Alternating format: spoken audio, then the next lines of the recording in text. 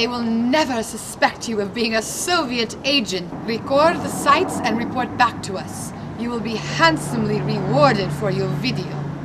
We are assigning 3 other agents to help you gather data. Good luck. Mother Russia and Vladimir Vladimirovich Putin are depending on you. His re-election next year could hinge on your efforts.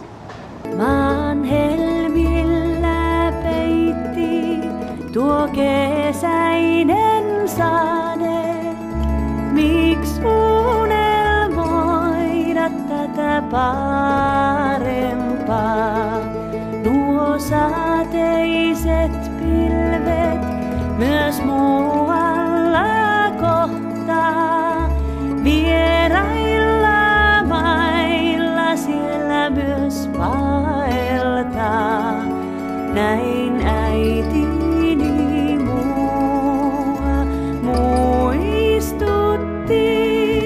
Aurinko sateenkaaren täällä vain väärin. Niet! Niet! Niet! Niet! Aurinko sateenkaaren täällä vain värittää.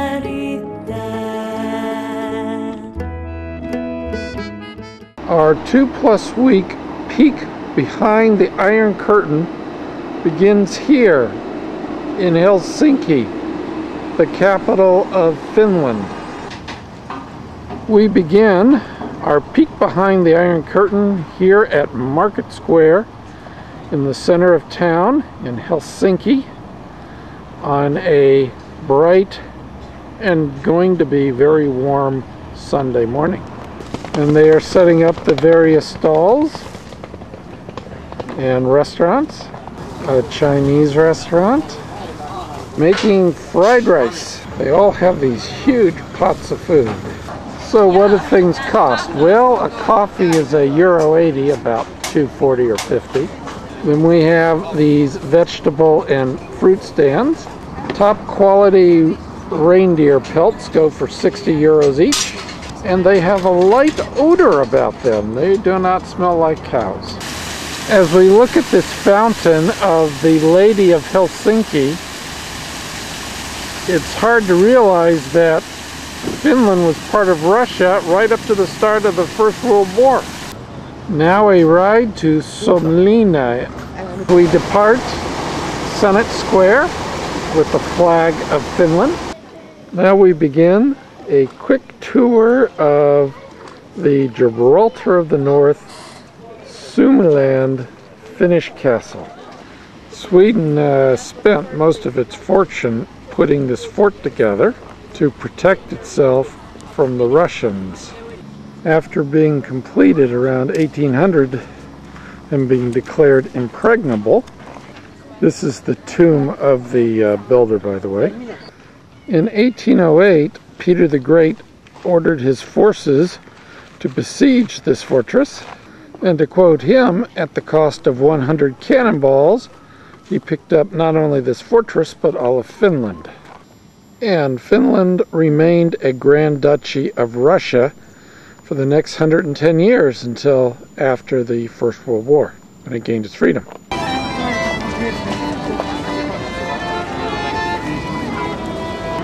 Scenes of l'Esplanade in Helsinki.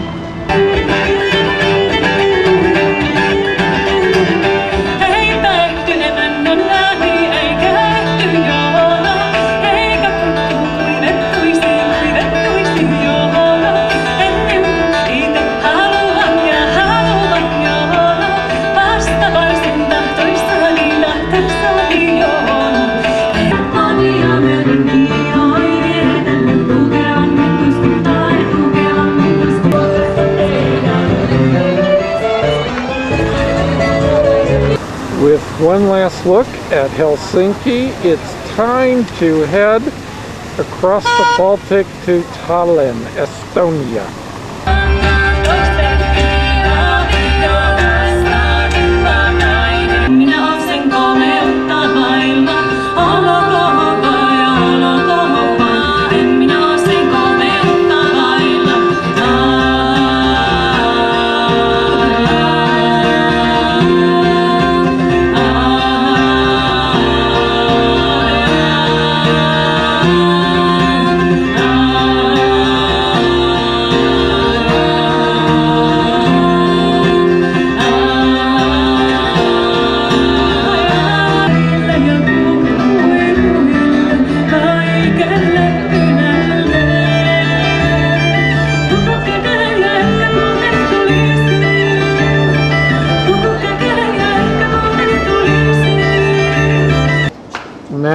looking at the flag of Estonia, we begin a walking tour of the Old Town.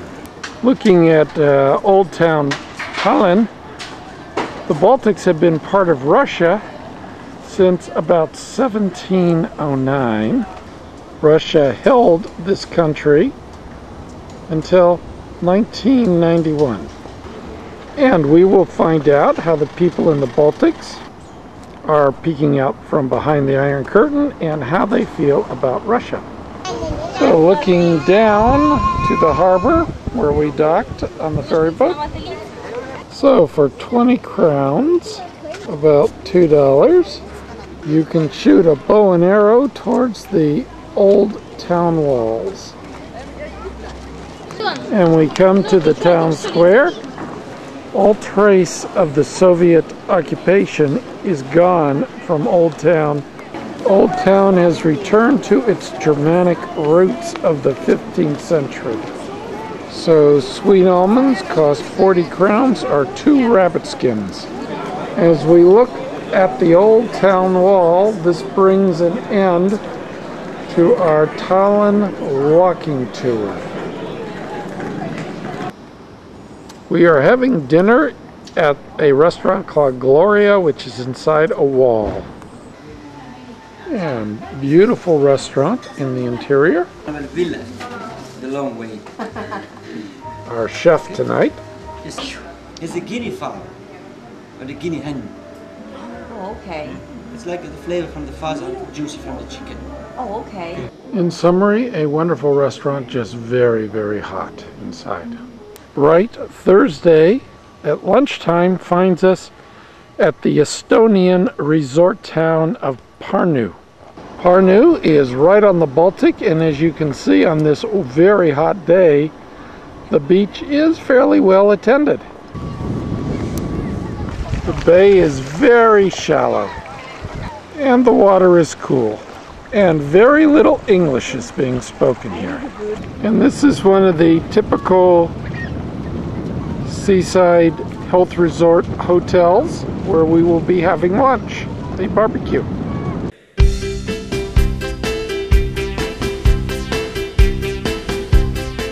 We arrive in Riga, Latvia. Riga is a city of 800,000 people. Friday morning, as we stand in the old town of Riga, we have more of the same. Very hot weather. And this is the hotel we are staying at, the Palace Hotel. The forest of Rumela, where all of Latvia's Jews were killed. All of the Jews were marched 12 kilometers from the city of Riga and shot and dumped in trenches here. There were 2 survivors, second largest mass grave in Latvia. And while there are these markers everywhere throughout the area where the people were killed, there are no bodies here. The Germans dug up the bodies on their way out of Latvia to destroy the evidence, and there are no bodies currently buried here. I sense no spirits here. People died much too fast to really, and without that much drama, to really be caught up in ghosts. Basically, the Jews thought they were being deported, as they had been deported many times throughout history. Here in Latvia, one more time. Now we're going to look at some very pretty Art Nouveau buildings. This is the Stockholm School of Economics in Riga. Buildings, there are no elevators. When they were built, there were no elevators. Only in some of them they installed built-in elevators, but in most of them, no. So you can buy one of the apartments in this famous Art Nouveau building by Michael Eisenstadt, whoever that is, for about $500,000 for a 3-bedroom apartment. Or you can have a postcard of this view for $1. We will now commence a tour of the old city of Riga. And this is the town square in Riga. And there's one of the old gates to town, the Swedish gate.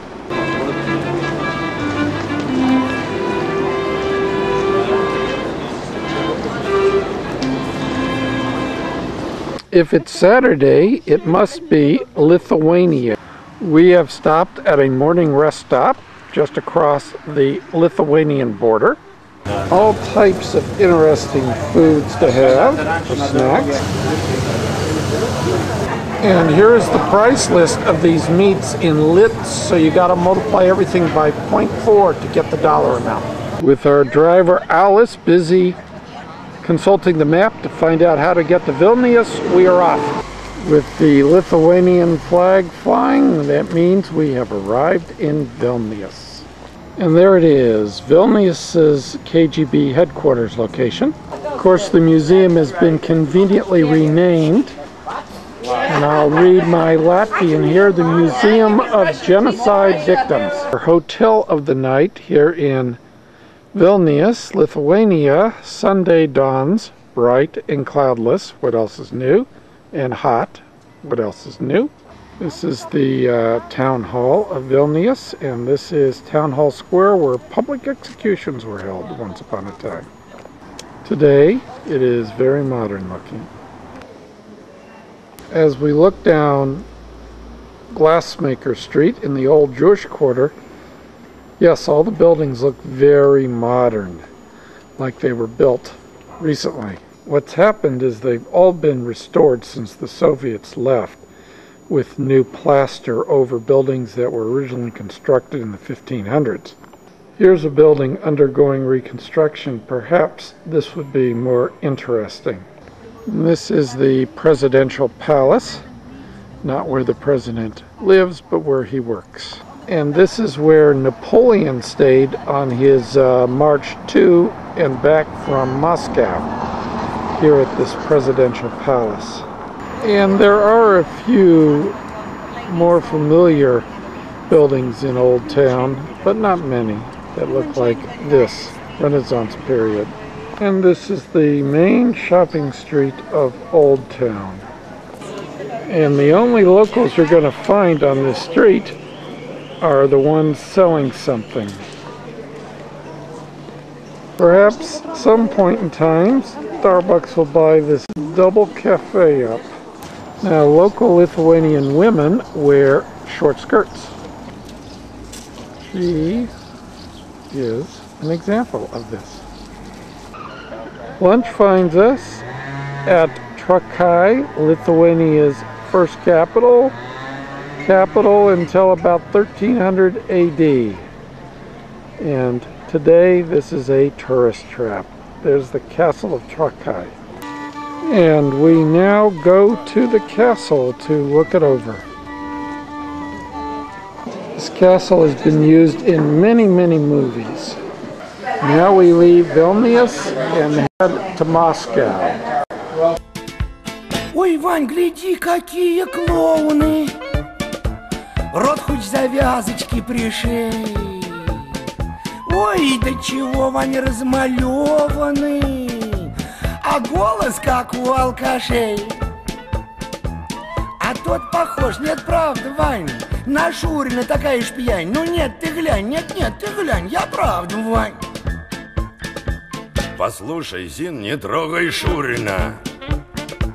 Какой не есть, а он родня. Сама намазана, прокурена. Гляди, дождёсь у меня. А чем болтать взяла бы, Зин? В антракт сгонял в магазин. Что, не пойдешь? Ну я один, подвинься, Зин. Ой, Вань, гляди, какие карлики. В джерси одеты, не вшивьет. На нашей пятой швейной фабрике. Moscow is one of the most expensive cities in the world. Is the most expensive city in the world. We start this very, very hot Monday in front of St. Basil's on the corner of Red Square in Moscow, Russia. During the military parades, this is where the leadership of Russia stood. And this is where Stalin would have stood. And that is the tomb of Lenin, and there are no lines because it's currently closed. This is GUM, the state department store where everyone shopped for Western goods under Soviet rulership. So now we go into GUM's department store. GUM's is just a huge upscale mall today. The park was built to commemorate the victory over Napoleon. After lunch at an air-conditioned mall, it's time for a tour. The Kremlin has two major monuments that was put in place by Catherine the Great to promote tourism. The first is the cannon that never fired. This cannon was actually used by Catherine the Great to scare the Swedes when they were attacking Moscow. She put this up on the wall, but it was incapable of firing cannons. And the other major tourist attraction in the Kremlin is the bell that never rung. It was too large. And I think the last thing anyone would expect inside the Kremlin are not one but three churches. And now we leave the Kremlin area. We start our tour of the subway here at this ornate entrance. This station was built in 1938, built in Stalin's time. The exact depth of this station is still a state secret. Going into the station, these trains come every 50 seconds.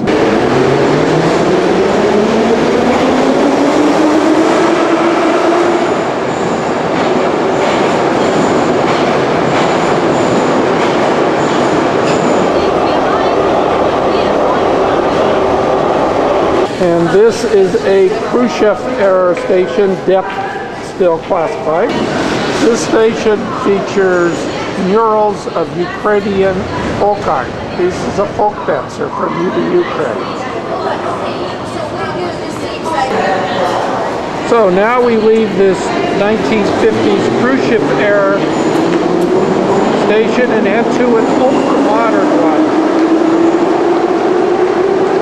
Those trains go between 30 and 50 miles an hour, and at this modern station you could almost eat off the floor. So this looks level. This is the tallest escalator in the Soviet subway system. It looks like people are leaning back, but actually the steps are tilted. As we look at the gate leaving Moscow, that concludes the metro tour. There is almost no graffiti here in Moscow. There's a reason for that, and that reason is a death sentence for graffiti. All right, I exaggerate. It's only 20 years for graffiti. And this is a typical Russian side street. At 24 is a grocery store. And at the end of our street is the seventh of the Seven Sisters, the most modern of the tall buildings built by Stalin in 1938. Then the war interrupted the next construction.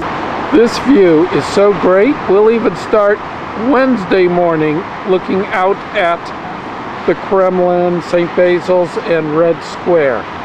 This is our Moscow guide, Dasha. Dasha, how good is it, or difficult is it to be a woman in Moscow? It is easy.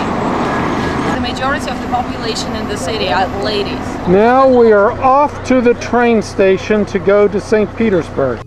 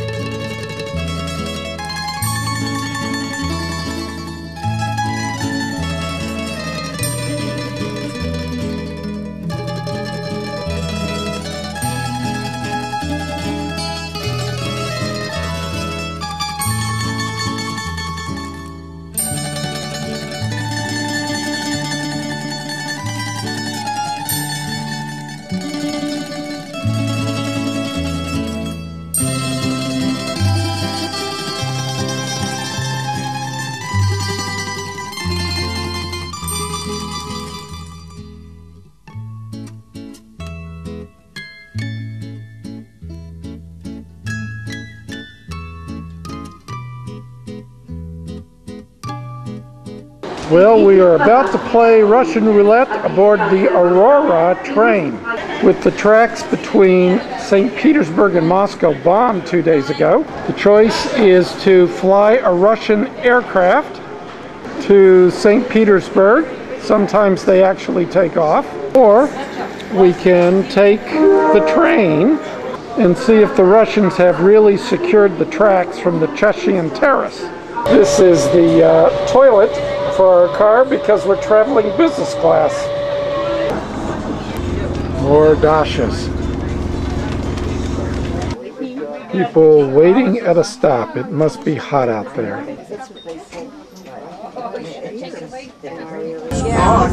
Here's the damage where the train went off the track. Oh yeah, there you go. And here's some more trains off the track. And as the sun sets, we are approaching St. Petersburg, or as the locals call it, Peter. And St. Petersburg is alive at 10 o'clock. We are at the entrance of the train station, and the crowds are amazing. Thursday dawn's a little foggy here in St. Petersburg. There are wild bears walking on the street. And finally, St. Petersburg is Englishized and westernized, so we can actually read English on the signs. St. Peter's Cathedral. This church was built as a monument to the victory over Sweden by Peter the Great in the early 1700s. Very pretty. This is the official burial place of the last Tsar of Russia, or at least his remains that were found in the 1990s. Of course, there's some dispute as to whether these are really the remains of the Romanovs. Nicholas II. These are the tombs of Alexander II and his wife. The reason they're in alabaster instead of the monolithic marble is because he was declared a saint after his death by the Russian Orthodox Church. Outside of the cathedral is the main jail of Leningrad. Dostoevsky, the author of Crime and Punishment, was imprisoned here. The reason that all of Russia is so clean are these street sweepers that you see everywhere cleaning up the trash. We're heading to dinner at the Adamant restaurant on the canal, one of the canals in St. Petersburg.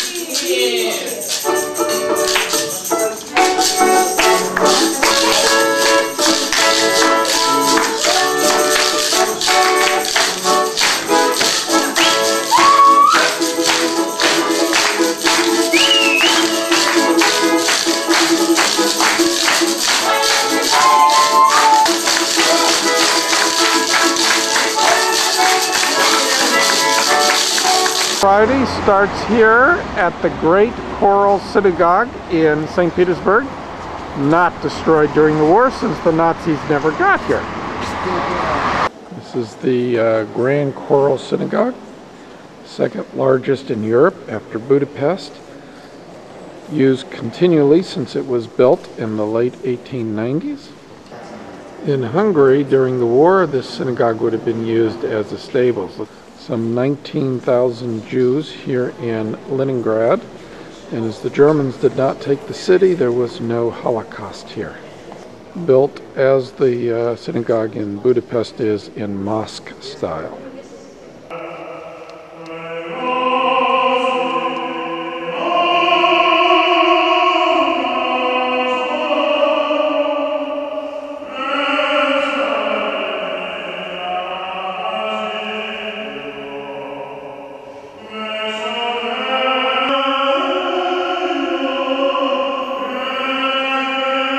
Now we will do a tour of Peterhof, Peter the Great's summer palace, located about 45 minutes by hydrofoil from St. Petersburg.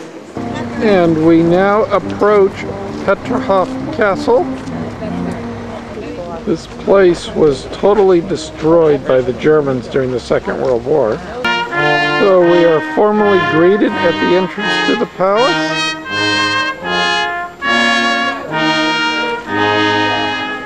Museum, you have to put on slippers. There are no free pictures in the museums.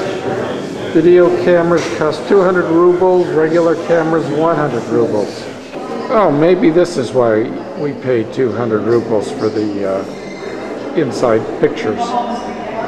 This is the way the place looked when the Russians recaptured it after the Germans were kicked out in 1944. This is one of the ballrooms where dances were held. This is the secretary's room. This is the throne room. Everything that could be removed was removed, like the paintings and the furniture. Only the walls are restored. And what I can't show you is how slippery these parquet floors are. These beautiful wooden floors are very slippery in our paper coveralls. So this is his throne, Peter the Great's, below his picture on his favorite horse. These rooms are just fascinating and almost impossible to capture with any type of camera.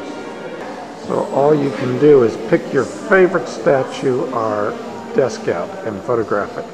And I can see Peter also collected pictures of pretty women. This would be Catherine's bedroom. The walls are of French silk wallpaper. This is Catherine's favorite dog statue that always was at the foot of her bed. These are the central fountains of the gardens, and as you walk along the canal, you eventually do come to the hydrofoils in the far distance. And there are just gobs of ways to spend money as you depart the museum. Judy, shopping for goodies? 16, 17 and 17. Good price. Lots of ways to spend money.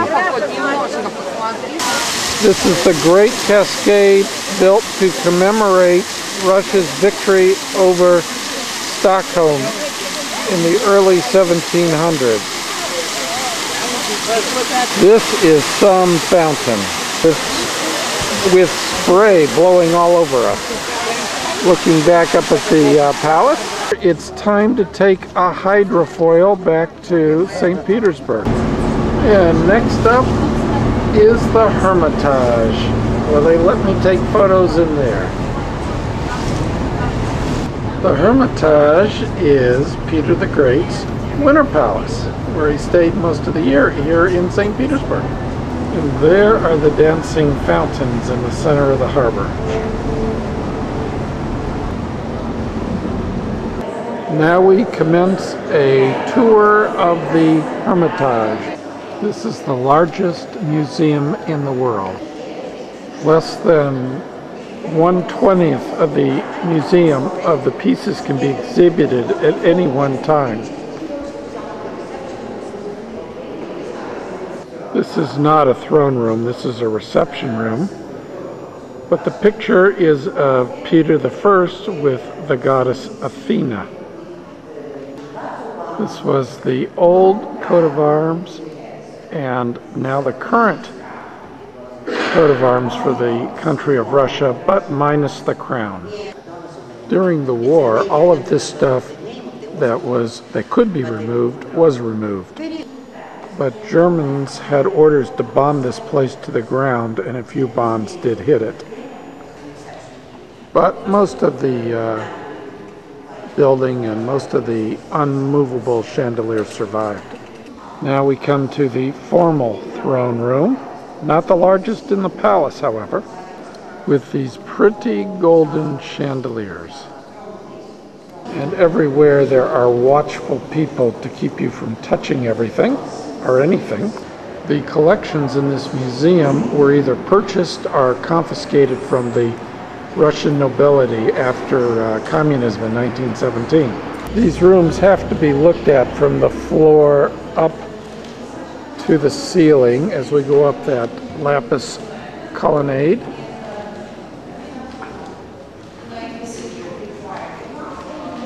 To these beautiful column holders up here.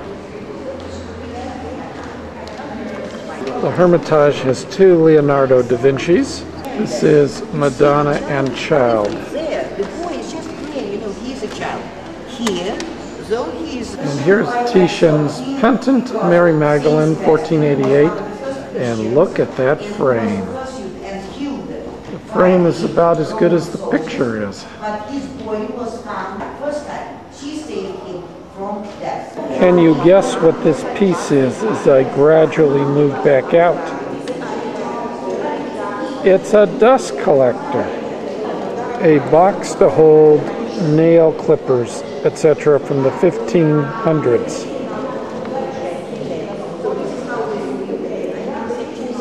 This is the only Goya in the Hermitage, a picture of a movie actress. There are 24 Rembrandts, and I choose this one of Flora, 1634. Well, this concludes the part of the Hermitage open to the general public. In 2 hours, we walked about 2 miles. Well, looking down the Nevsky Prospect, St. Petersburg's busiest shopping street with all types of locals and lots of activities and pictures built on canals. Incredible monuments around every corner. A bit of English here and there. It's probably time to bring our 2-week adventure through the Baltics and Russia to a close. До свидания.